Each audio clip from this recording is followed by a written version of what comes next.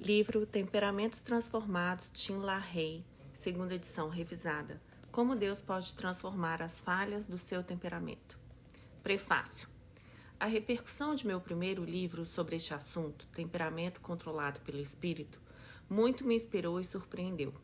A primeira edição de 1000 exemplares em brochura era mais do que nossa igreja poderia utilizar, mas a Cruzada Estudantil começou a vendê-la por meio de sua livraria em San Bernardino, Califórnia.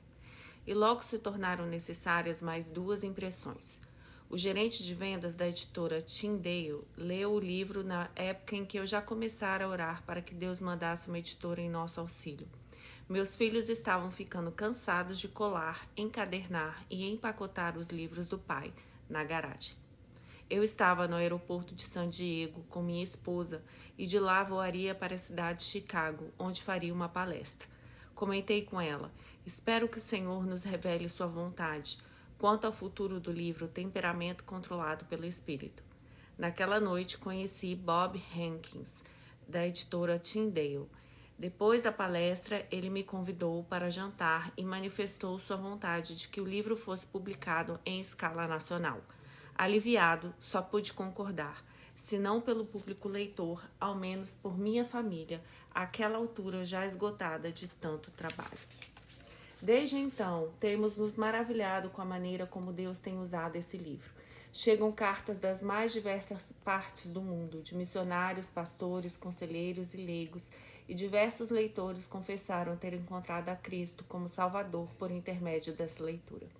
Até a presente data, o Temperamento Controlado pelo Espírito já foi traduzido para o espanhol, japonês, russo e português. 3 sociedades missionárias fizeram uso do livro para treinar seus candidatos ao trabalho missionário. Muitas igrejas o têm utilizado em grupos de estudo, classes de escola dominical e reuniões de mocidade. No momento em que estou escrevendo, milhares de exemplares já foram publicados. Não seria necessário dizer que isso muitos nos encorajou. Não sou autor do conceito dos 4 temperamentos. Minha contribuição foi apenas fazer aplicações práticas dessas classificações seculares para que cada indivíduo possa examinar a si mesmo, analisando seus pontos fortes e suas fraquezas, e assim buscar a cura do Espírito Santo para aquelas tendências que o impedem de ser usado por Deus. Temperamentos transformados é o resultado de pesquisas adicionais sobre o assunto, como também de nossos trabalhos de aconselhamento a pessoas em dificuldades. Foi inspirado pela descoberta de uma transformação de temperamento na vida de diversos personagens bíblicos, transformação que hoje encontramos em cristãos cheios do Espírito Santo. Deve-se lembrar que essa mudança não depende do conhecimento dos 4 temperamentos, mas da plenitude do Espírito. As personalidades bíblicas que conheceremos foram transformadas antes da formulação da teoria dos temperamentos. Nossa esperança está na promessa de Deus. Portanto, se alguém está em Cristo, é nova criação. As coisas antigas já passaram e eis que surgiram coisas novas. 2 Coríntios 5:17. Capítulo 1. A teoria dos 4 temperamentos. Hipócrates, 460 a 370 a.C., é frequentemente chamado de pai da medicina. Sem dúvida, ele foi o gigante do mundo médico da antiga Grécia e nos interessa por 2 razões. 1. Geralmente lhe atribuem o fato de a medicina se preocupar com os problemas psiquiátricos. 2. Reconheceu as diferenças de temperamento entre as pessoas e apresentou uma teoria que as explica. E.O. Bauman e George Welsh avaliaram da seguinte forma a sua contribuição. 2 pontos.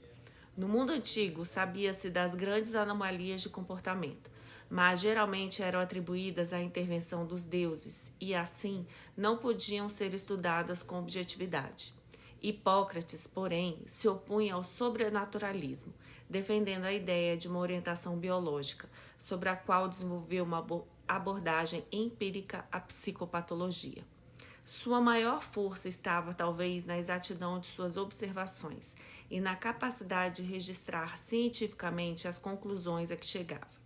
Na verdade, muitas de suas descrições de fenômenos psicopatológicos permanecem válidas. Portanto, Hipócrates marcou o início de uma abordagem cuidadosa e observadora da personalidade anormal, que um dia seria aplicada ao estudo da personalidade normal. O interesse de Hipócrates pelas características do temperamento é notável, especialmente quando consideramos a relativa negligência desse importante problema no mundo moderno da psicologia. Como resultado de suas observações, Hipócrates distinguiu os 4 temperamentos: o sanguíneo, o melancólico, o colérico e o fleumático.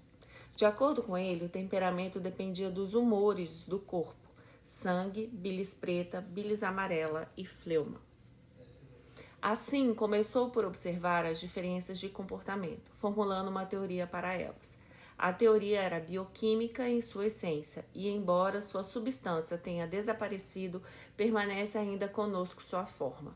Hoje, porém, falamos de hormônios e outras substâncias bioquímicas, em vez de humores, substâncias que podem induzir ou afetar o comportamento observado. Os romanos pouco fizeram na área do intelectualismo criativo, contentando-se em perpetuar os conceitos dos gregos. Um século e meio após o imperador romano Constantino tornar o cristianismo religião oficial em 312 d.C., esse império desmoronou, dando início à Idade das Trevas. Consequentemente, poucas alternativas ao conceito de Hipócrates foram oferecidas até o século XIX. Foram poucos os estudos feitos na área da personalidade, a ponto de H.J. Eysenck atribuir a ideia do conceito de 4 temperamentos a Galen, que o reativou no século XVII e não a Hipócrates. O filósofo alemão Immanuel Kant foi provavelmente o que mais influência teve na divulgação da teoria na Europa. Embora incompleta, sua descrição dos 4 temperamentos em 1798 foi bem interessante. Abre aspas. A pessoa sanguínea é alegre e esperançosa. Atribui grande importância àquilo que está fazendo no momento, mas logo em seguida pode esquecê-lo. Ela tem intenção de cumprir suas promessas, mas não as cumpre por nunca tê-las levado suficientemente a sério, a ponto de pretender vir a ser um auxílio para os outros. O sanguíneo é um mau devedor e pede constantemente mais prazo para pagar. É muito sociável, brincalhão, contenta-se facilmente, não leva as coisas muito a sério e vive rodeado de amigos. Embora não seja propriamente mau, tem dificuldade em não cometer seus pecados. Ele pode se arrepender, mas sua constrição, que jamais chega a ser um sentimento de culpa, é logo esquecida. Ele se cansa e se entedia facilmente com o trabalho, mas constantemente encontra entretenimento em coisas de somenos. O sanguíneo carrega consigo a instabilidade e seu forte não é a persistência. As pessoas com tendência à melancolia atribuem grande importância a tudo o que lhes concerne. Descobrem em tudo uma razão para a ansiedade e em qualquer situação notam de imediato as dificuldades. Nisso, são inteiramente o oposto do sanguíneo. Não fazem promessas com facilidade, porque insistem em cumprir a palavra e pesa-lhes considerar se será ou não possível cumpri-la. Agem assim, não devido a considerações de ordem moral, mas ao fato de que o interrelacionamento com os outros preocupa sobremaneira o melancólico, tornando-o cauteloso e desconfiado. É por essa razão que a felicidade lhes foge. Dizem do colérico que tem a cabeça quente, fica agitado com facilidade, mas se acalma logo que o adversário se dá por vencido. Que se aborrece, mas seu ódio não é eterno. Sua reação é rápida, mas não persistente. Mantém-se sempre ocupado, embora o faça a contragosto. Justamente porque não é perseverante, prefere dar ordens, mas aborrece-o em ter de cumpri-las. Gosta de ter seu trabalho reconhecido e adora ser louvado publicamente. Dá valor às aparências, à pompa e à formalidade. É orgulhoso e cheio do amor próprio. É avarento, polido e cerimonioso. O maior golpe que pode sofrer é a desobediência. Enfim, o temperamento colérico é o mais infeliz por ser o que mais provavelmente atrairá oposição. A fleuma significa falta de emoção e não preguiça. Implica uma tendência a não se emocionar com facilidade. nem se mover com rapidez, e sim com moderação e persistência. A pessoa fleumática se aquece vagarosamente, mas retém por mais tempo o calor humano. Age por princípio, não por instinto. Seu temperamento feliz pode suprir o que lhe falta em sagacidade e sabedoria. Ela é criteriosa no trato com os outros e, em geral, consegue o que quer, persistindo em seus objetivos, embora pareça ceder à vontade alheia. Fecha aspas. No fim do século XIX, o estudo do comportamento humano recebeu novo impulso com o nascimento da ciência denominada psicologia. Os meios acadêmicos consideram a fundação do Laboratório de Psicologia Experimental de Jundt, na Universidade de Leipzig, em 1879, o início efetivo dessa disciplina. O Dr. W. Jundt muito provavelmente foi influenciado por Kant, pois também aceitava a teoria dos 4 temperamentos do comportamento humano. Ele fez exaustivas experiências tentando relacionar esses temperamentos à estrutura do corpo, o que o levou ao estabelecimento da psicologia biotipológica, ou seja, a atribuição das características da conduta do indivíduo a seu tipo físico. Esse conceito, que encontra muitos seguidores, reduziu os tipos de personalidade a 3. Alguns estudiosos mais recentes dessa escola diminuíram para apenas 2, em uma classificação mais popularmente conhecida como introvertido e extrovertido. Sigmund Freud desferiu um golpe devastador na teoria dos 4 temperamentos no início do século passado. As pesquisas e teorias psicanalíticas tiveram efeito eletrizante sobre o estudo da personalidade. Por meio da implementação de um ponto de vista totalmente determinista, Freud e seus discípulos refletiram sua obsessão pela ideia de que o meio ambiente determina o comportamento do indivíduo. Essa ideia, que é o extremo oposto da teologia cristã, minou seriamente a sociedade ocidental. Em vez de fazer o indivíduo sentir-se responsável por sua conduta, fornecer-lhe uma válvula de escape que o isenta de seu mau comportamento. Fornece-lhe uma válvula de escape que o isenta de seu mau comportamento. Se ele rouba, os comportamentistas tendem a culpar a sociedade porque lhe faltam as coisas de que necessita.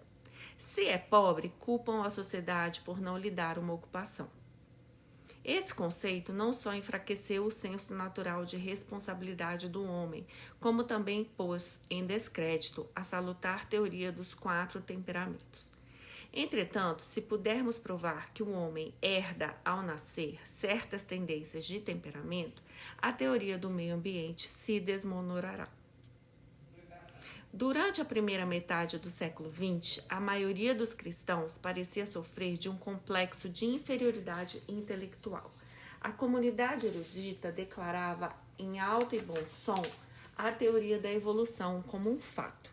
A psiquiatria e a psicologia subiram ao trono acadêmico, diante do qual todos os intelectuais se curvaram. Alguns, alegando falar em nome da ciência, ridicularizavam a Bíblia, a divindade de Cristo, o pecado, a culpa e a existência de um Deus pessoal. Muitos cristãos procuraram adaptar os conceitos bíblicos aos conceitos evolucionistas da ciência moderna. Essa atitude acomodatícia ajudou a produzir o liberalismo teológico, o modernismo, a neo-ortodoxia e uma igreja claudicante. Muitos cristãos permaneceram fiéis a Deus e à Bíblia durante esses anos difíceis, mas se mantiveram inexplicavelmente silenciosos. Uns poucos valentes estavam preparados e dispostos a enfrentar os eruditos em debates abertos. Hoje vê-se uma mudança. A teoria da evolução, pedra fundamental da psiquiatria e da psicologia, se desmancha com o impacto das minuciosas e constantes pesquisas científicas. Muitos psiquiatras e psicólogos decepcionaram-se com a psicologia freudiana e o comportamentismo. Um século de observações confirma a perícia dos freudianos em diagnosticar os problemas da personalidade, mas levanta sérias dúvidas quanto à sua habilidade em curar os enfermos. Uma nova geração de psiquiatras está voltando a atenção para algumas das antigas ideias e pesquisando outras teorias. Alguns estão até mesmo enfatizando a responsabilidade do homem por seus atos. como a Bíblia nos ensina. Durante a primeira metade do século XX, apenas 2 escritores cristãos parecem ter escrito a respeito dos 4 temperamentos. Ambos eram europeus, mas suas obras foram amplamente divulgadas nos Estados Unidos. Um grande pregador e teólogo inglês, Alexander Whyte, entre 1836 e 1921, realizou um breve trabalho sobre os 4 temperamentos, incluído em seu The Treasury of Alexander Whyte, depois de ler o seu excelente livro Bible Characters. Ninguém poderá duvidar de que ele foi um estudioso no tema. Entretanto, com respeito à teoria dos 4 temperamentos, a obra mais significativa de que tenho conhecimento é O Temperamento e a Fé Cristã, de A. Leisby. O propósito do Dr. A. Leisby foi ajudar os conselheiros a reconhecer os 4 temperamentos por meio de descrições detalhadas de suas características, a relacioná-los entre si e resolver os problemas típicos de cada um deles. Meu livro, Temperamento Controlado pelo Espírito, foi inspirado na leitura dessa obra. Como pastor conselheiro, recebi muita orientação dos proveitosos estudos do Dr. Leisby, mas fiquei, de certa forma, angustiado pela condição desesperadora em que ele deixava a pessoa de temperamento melancólico. Pensei então, se eu fosse do tipo melancólico, depois desta leitura, eu me suicidaria.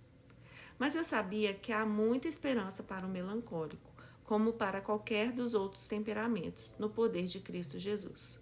Foi então que Deus abriu os meus olhos para o ministério do Espírito Santo na vida emotiva do crente.